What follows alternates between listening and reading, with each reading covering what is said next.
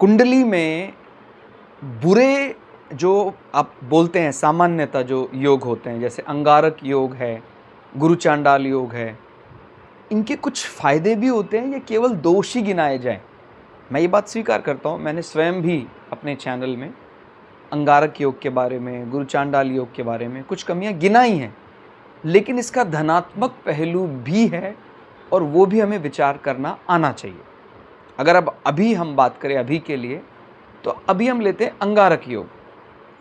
अंगारक योग जैसे आप किसी कुंडली में देखते हैं, आपको लगता है भई अंगारक योग आ गया, तो भई ये तो हमारा जो लड़ाई झगड़ा करवा देगा, भाइयों से द्रोह करा देगा। इसका सबसे बड़ा जो धनात्मक पहलू माना जा सकता है व्यक्ति का साहस, पराक्रम, कभी ना हार मानने वाला योद्धा। क्योंकि उसके जीवन में बार-बार ऐसा माने ख़ासकर यदि उसका तीसरा भाव भी बली है, छठा भाव भी बली है, तो आप ऐसे व्यक्ति को कोई स्पोर्ट्समैन स्पिरिट है, कोई लिटिगेशन हैंडल है, पुलिस विभाग है, लॉयर, ऐसी कोई फील्ड में अगर आप डालते हैं, क्योंकि देखिए मंगल और राहु के इस कॉम्बिनेशन के कारण उसको ये चैलेंजेस तो आएंगे बार-बार, जैसे अब जीता, लेकिन वो डरेगा नहीं, बड़ा साहसी होगा। भाई सीधी बात ये है, अगर युद्ध क्षेत्र में रहना है तो युद्ध तो फिर हर दिन होगा। तो ये जो स्पोर्ट्समैन स्पिरिट है, जहाँ हर दिन नए चैलेंज आते हैं और उसको जीत कर व्यक्ति आगे निकल जाता है।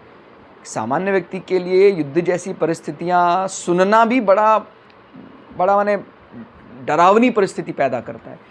तो आप ये समझ सकते हैं अगर अंगारक योग है तो क्या कोई विकट परिस्थिति आने पर व्यक्ति दब्बूपन, डरपोक जैसा व्यवहार करेगा या जीत लेगा उसको? बस इतना ही, जैसे मैंने बोला, शर्त ये है उसका कुंडली का लग्न से तीसरा और छठा भाव भी बली हो जाए। तो माने साहसी तो वैसे भी होगा, वो अंगारक योग कहीं भी बन रहा है, बार बार वो स्टेप आएंगे उसके जीवन में, उसके जहां उसके पराक्रम को चैलेंज किया जाएगा कि आप कितने पराक्रमी हैं, आप बताइए। अब तीसरा भाव बली है तो वो जल्दी इनिशिएट करेगा, छठा भाव बली है तो वो इनिशिएट लेकर जीत जाएगा। क्योंकि छठा भाव क्या होता है? रोग, रिपु, ऋण।